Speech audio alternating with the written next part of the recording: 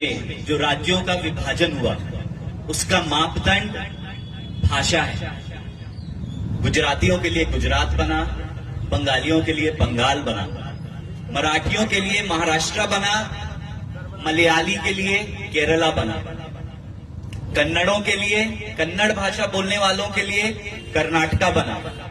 तेलुगु भाषा बोलने वालों के लिए आंध्रा बना, तेलंगाना बना,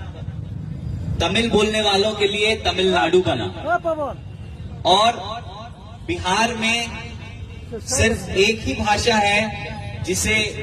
संवैधानिक मान्यता प्राप्त है, वो है मैथिली भाषा।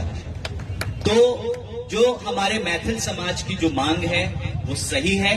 और मैं आपकी मांग का समर्थन करता हूं, और हमसे जो बन पड़ेगा हम अपने समाज के लिए, अपने लोगों के लिए अपनी आवाज, अपना स्वर बुलंद करते रहेंगे। और आप सबका